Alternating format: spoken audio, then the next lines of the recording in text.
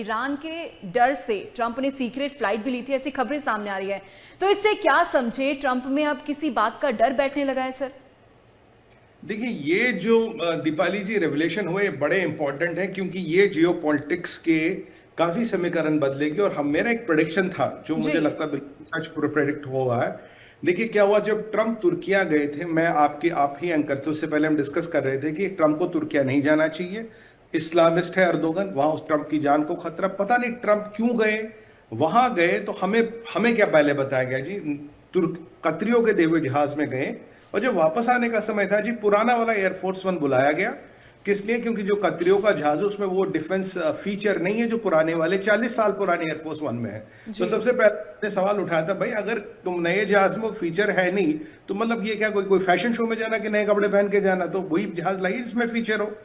अब तब बार बार खबर आई नहीं जी, कुछ ट्रंप की असैसिनेशन को लेके अटेम्प्ट था, और इसराइलियों ने एक खबर दी कि हमने अगर खबर नहीं दी होती तो आज अमेरिका के प्रेसिडेंट जेडी वेंस थे। और काफी शक्तियां दुनिया में ऐसी हैं जो चाहती कि ट्रंप का काम तमाम हो, जेडी वेंस कुर्सी पे बैठे। जी। ऐसी शक्ति है, कोई डाउट नहीं है।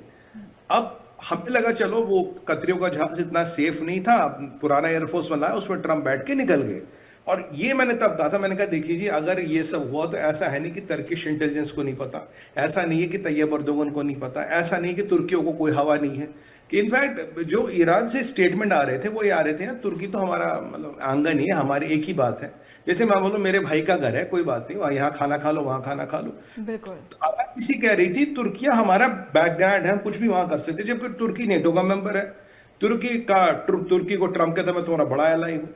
अब क्या हुआ, जो खबर आई है वो है दीपाली जी, ऐसे जहाज था ट्रम्प, ये जहाज है आप मान लीजिए, ट्रम्प ऐसे चढ़े कैमराओं के सामने एयरफोर्स वन में, पुराने वाले में जिसमें हम पता वो चढ़े, और जैसे वो चढ़े इस तरफ से दूसरी तरफ से एक फूड का कंटेनर, जैसे हमारे जहाज वहाज में चलते तो एक कंटेनर सा लगता है उसमें खाने पीने का सामान जी। आता, फटाफट उस कंटेनर में ट्रम्प को घुसाया गया चढ़ते ही जहाज में। मतलब एक दरवाजे से चढ़ते हैं, यहां कंटेनर लगा था, उस कंटेनर में उसको घुसाया गया, और उस कंटेनर से ट्रम्प को ले जाया गया। एक C-24 मिलिट्री जहाज खड़ा था दूर, इनका अमेरिकन मिलिट्री का, उसमें उसको चढ़ाया गया, और उसके बाद उसने टर्किश एयर स्पेस छोड़ी। अब ये जो जहाज था एयरफोर्स वन पुराना, इसमें मार्को रूबियो, इसमें पीट हेग्सेथ, इसमें पूरा स्टाफ बिठाया गया। यानी कि आपने पूरे ट्रम्प के कैबिनेट को रिस्क पे डाला, और ये एयरफोर्स वन टारगेट पे था। और इन्हें लगता था कि तुर्किश एयर स्पेस छोड़ते इसराइल वगैरह जो बाकी हमारे बेसिस है वो आ जाएंगे और हमें उनका संरक्षण मिलेगा। तो मतलब जो रिपोर्टर थे उनको भी एयरफोर्स वन में पुराने में बिठाया गया, पीट हेग्सेथ, मार्को रूबियो, सबको बिठाया गया, और टर्किश एयर स्पेस छोड़ी गई। जब ये जहाज चढ़ता है तो ये थोड़ा आगे जाके यूके में उतरता है, यूके में अमेरिका का बेस है, यूके में उतरता है। ये जो मिलिट्री जहाज था C-24, जिसके में अंदर ट्रम्प को लिटरली वो कहते हैं ना, मतलब खाने के कंटेनर में छुपा के उसको वहां फंसाया गया। जी। अब ट्रम्प कौन था कौन नहीं था, क्योंकि बाकी दुनिया को दिखा गया एयरफोर्स वन में उड़ गया, ये इसको भी उतारा गया वहां यूके में। जब ये दोनों जहाज उतरे तो यूके में ट्रम्प को C-24 से निकाल के एयरफोर्स वन में डाला गया। तो पहली बात, एयरफोर्स वन जो था उसमें कोई कमी नहीं थी, उस मतलब जो एयरफोर्स वन पुराना वाला था कोई कमी नहीं थी। यानी कि कुछ ना कुछ दाल में काला था, कोई ना कोई सबोटॉज, कोई ना कुछ था। आप मुझे बताइए, आप पूरे कैबिनेट की बलि चढ़ाने को तैयार हो, तो मतलब आप तुर्की वालों से भी छुपा रहे हो ना। अगर तुर्किया आपके साथ होता तो आप उनके साथ मिलके ये करते। ये कंटेनर मतलब खाने के कंटेनर में ट्रम्प को छुपा के एक दरवाजे से चढ़ाना, दूसरे से कंटेनर में बिठा के तीसरे जहाज में चले जाना। और अगर ये जो एक्सचेंज आपका यूके में हो सकता जहाजों का, तुर्किया में क्यों नहीं हो सकता? तुर्किया में ऐसी क्या बात है? तो यानी कुछ ना कुछ तुर्किया में बड़ी बात थी। इजरायलियों ने इसीलिए कहा कि अगर आज हम प्रिसाइज इंटेल नहीं देते तो आज अमेरिका के प्रेसिडेंट जेडी वेंस होते। इजराइल ने कहा था, और जबकि ट्रंप ने भी कहा हाँ मैं बाल बाल बचाऊं। पर अब जो बात समझ आ रही है दीपाली जी, तुर्किया पे भी भरोसा नहीं किया गया है, तुर्किया को भी बेवकूफ बनाया गया, और ये ब्रिटिशर्स ने उनके एयरबेस पे जाके आदान प्रदान हुआ। यानी कि कुछ गड़बड़ थी। और जो ट्रम्प को कतरियों ने जहाज दिया जिस पर ट्रम्प ने बड़ी खूबसूरती से अपना लोगो वोगो लगवाया था, मुझे लगता आज भी वो ग्राउंडेड है। मुझे नहीं लगता ट्रम्प उस पर फिर बैठेंगे।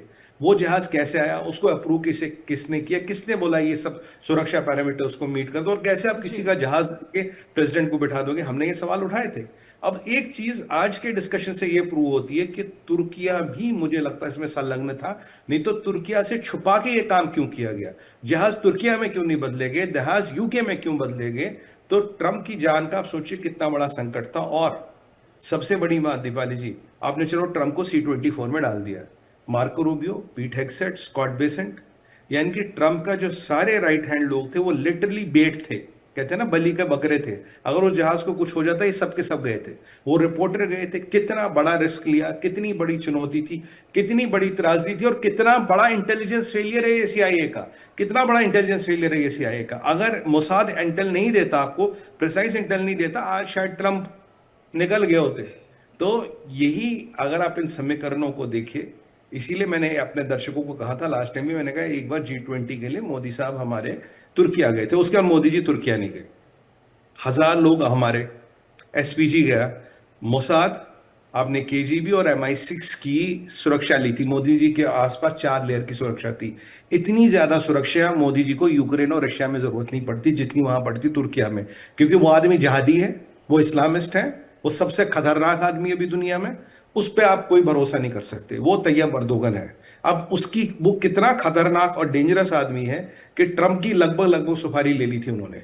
मतलब आप देखिए, आज तक इतना बड़ा ड्रामा हमने अमेरिका के प्रेसिडेंट की सुरक्षा में नहीं देखा, और आपको वहां करना पड़ा जिस कंट्री ने आप में होस्ट हो, जहां आपको गेस्ट बन के बुलाया। आपको मतलब कहते हैं ना, जब रक्षक ही भक्षक बन जाता है, तो यानी कि वो कंट्री की मशीनरी भी आपके खिलाफ काम कर रही थी, नहीं तो ये ड्रामा करने की जरूरत क्या थी? और मतलब मैं तो मानूंगा कि ट्रंप की किस्मत अच्छी है। कहते हैं ना, काल भी उसका क्या करे जो वक्त महाकाल का, तो ये तो बस किस्मत अच्छी थी और बच गए, वरना गड़बड़ कुछ भी हो सकती है। और बाकी अमेरिका का मंत्रिमंडल बच गए, भी बहुत बड़ी बात है। और ये अमेरिका और तुर्किया के रिलेशन आने वाले टाइम में खराब होंगे, इसीलिए तैयब अर्दोगन पागल हो के इस्लामिक नेटो, यहाँ टाइप वहां टाइप, ये मुसलमान वो मुसलमान, हम दिखाएंगे वो करेंगे, ये सब अब उसका जुनून और फितरत है, क्योंकि उसे लग रहा है कि भाई ये कांड उस पर भारी पड़ने वाला। देखिए, अमेरिका के प्रेसिडेंट पे अगर आपकी जमीन पे हाथ डलेगा, दुनिया को बोलो हमें नहीं पता, आपका CIA नहीं मानेगा, आपका अमेरिका नहीं मानेगा, आपको आगे पीछे इसका खामियाजा भुगतना पड़ेगा। जी।